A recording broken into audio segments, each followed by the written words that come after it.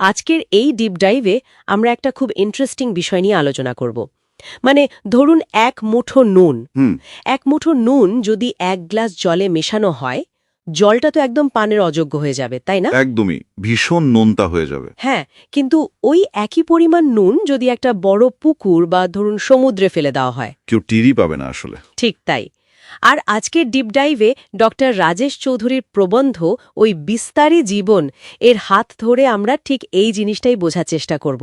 মানে আমাদের প্রাত্যহিক জীবনের সমস্যাগুলোও কি ঠিক এই জলের পরিমাণের মতোই কাজ করে? খুব সুন্দর একটা উপমা এটা। আসলে শ্রী শ্রী ঠাকুর অনুকূলচন্দ্রের একটা খুব প্রাসঙ্গিক উক্তি আছে এখানে।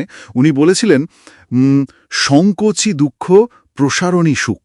আচ্ছা, মানে সমস্যা তো সবার জীবনেই আসবে, কিন্তু সেই সমস্যার ভার আমাদের কতটা পিষে মারবে সেটা নির্ভর করে আমাদের জীবনটা ওই 1 গ্লাস জলের মতো ছোট আর আত্মকেন্দ্রিক নাকি সমুদ্রের মতো বিশাল তার ওপর। কিন্তু মানে একটু বাস্তবতার দিক থেকে যদি ভাবি, ধরুন মাসের শেষে ইএমআই দেওয়ার চাপ বা অফিসে বসের সাথে মারাত্মক কোনো ঝামেলা, রোজকার সমস্যা। হ্যাঁ, এই রকম যখন পাহাড় ভেঙে পড়ে, তখন সাধারণ মানুষের পক্ষে ওই সমুদ্রের মতো বিশাল হওয়ার চিন্তা করাটা কি একটু অবাস্তব নয়? তাত্ত্বিকভাবে শুনতে দারুণ, কিন্তু বাস্তবে এটা কিভাবে কাজ করবে? পয়েন্টটা খুব লজিক্যাল, কিন্তু বাস্তবতার নিরিখেই যদি দেখি, ইতিহাসের পাতা ঘাটলে কিন্তু ব্যাপারটা পরিষ্কার হয়। মানে ধরুন শ্রীরামচন্দ্র, শ্রীকৃষ্ণ বা যিশুর কথা যদি ভাবি, রাইট। নির্বাসন বা ধরুন হত্যা চেষ্টা, চরম লাঞ্ছনার মতো অকল্পনীয় সব সমস্যা তাদের জীবনে এসেছে। তা তো বটেই। কিন্তু তারা হতাশ হয়ে কোনো জাদুমন্ত্রের আশায় বসে থাকেননি। তাদের জীবনের পরিধি বা চিন্তার বিস্তার এতটাই বড় ছিল যে ব্যক্তিগত কষ্টগুলো সেই বিশালত্বের কাছে ছোট হয়ে গিয়েছিল। একদম। ফলে তারা অবিচল থেকে মাথা ঠান্ডা রেখে অত্যন্ত বাস্তবসম্মতভাবে সমস্যার মোকাবেলা করতে পেরেছিলেন। তার মানে ব্যাপারটা সমস্যাটাকে এড়িয়ে যাওয়া নয়, বরং নিজের ধারণ ক্ষমতাকে বাড়ানো। কিন্তু আমরা তো উল্টোটাই করি। সোর্সে পড়া একটা মজার গল্প মনে পড়ছে এই প্রসঙ্গে। ওই বাঁদরের গল্পটা? হ্যাঁ, এক লোক তার সাংসারিক সমস্যায় জর্জরিত হয়ে এক সাধুর কাছে গেল। সাধু তাকে একটা মন্ত্র দিয়ে বললেন, সারাক্ষণ আমি সুখী জপতে। কিন্তু একটা অদ্ভুত শর্ত দিলেন। বললেন, জপ করার সময় কোনো বাঁদরের কথা ভাবা যাবে না। আর তারপর যা হওয়ার তাই হলো। ঠিক। এরপর থেকে ওই লোকটার মাথায় কেবল বাঁদরের চিন্তাই আসতে থাকল। রাস্তাঘাটে, বাড়িতে, সব জায়গায় সে শুধু বাঁদর দেখতে শুরু করল। হ্যাঁ, মনস্তত্ত্বের ভাষায় একে আইরনিক প্রসেস থিওরি বলে। আমাদের মস্তিষ্ক এমনভাবে তৈরি যে বিপদ বা সমস্যা থেকে বাঁচতে চাইলে আমাদের থ্রেট ডিটেকশন সিস্টেম, মস্তিষ্কের অ্যালার্ম সিস্টেম আর কি। ঠিক ওই সিস্টেম ঠিক ওই বিপদের দিকেই সবচেয়ে বেশি ফোকাস করে।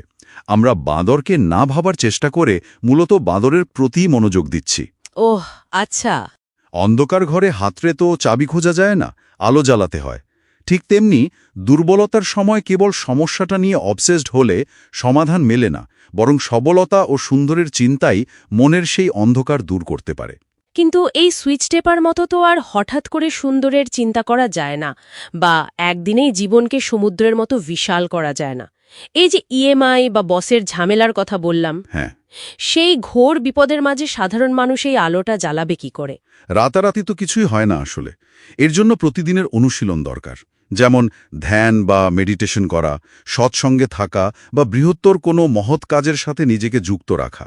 আচ্ছা, প্র্যাকটিস করতে হবে। হ্যাঁ, মনস্তাত্ত্বিকভাবে দেখলে ধ্যান বা এই ধরনের অভ্যাসগুলো আমাদের মস্তিষ্কে এমন কিছু নিউরাল পাথওয়ে বা স্নায়ুরিক পথ তৈরি করে, যা আমাদের তাৎক্ষণিক মানসিক চাপ থেকে এক পা পিছিয়ে পুরো পরিস্থিতিটা শান্তভাবে দেখার সুযোগ করে দেয়। সোর্সে যেমন বলা হয়েছে, একজন হাসি খুশি ক্যান্সার রোগী বা ধরুন দুর্ঘটনায় পা হারানো মানুষের কথা যদি ভাবি, হ্যাঁ, চরম কষ্টের মাঝেও তারা নিজেদের বৃহত্তর চেতনার সাথে যুক্ত রেখেছেন। ঠিক তাই। এই অভ্যাসের মাধ্যমেই ধীরে ধীরে জীবনের পরিধি বাড়ে এবং বড় সমস্যাও তখন তুচ্ছ মনে হয়। আজকের এই ডিপ ডাইভ থেকে তাহলে একটা বিষয় পরিষ্কার: দৃষ্টিভঙ্গি পাল্টালে আর জীবনের পরিধি বাড়ালে রোজকার ওই নুন বা সমস্যাগুলো আপনাতেই ফিকে হয়ে যায়। একদম। কাপের জলকে সমুদ্রে পরিণত করতে পারলে নুনের স্বাদ আর তেতো লাগে না। ঠিক। তবে শেষ করার আগে শ্রোতাদের জন্য একটা চিন্তার খোরাক রেখে যেতে চাই। যদি মনকে প্রসারিত করার ফলে আমাদের আঘাত সহ্য করার ক্ষমতা বেড়েই যায়, তবে কি মহাবিশ্বের ভারসাম্য রক্ষার্থে ওই সমুদ্র সমান বিশাল জীবন সমুদ্র সমান বড় কোনো সমস্যাকে আকর্ষণ করবে? দারুণ একটা প্রশ্ন। এটি এমন একটি বিষয় যা নিয়ে অবশ্যই গভীরভাবে ভাবা যেতে পারে। আজ এ পর্যন্তই।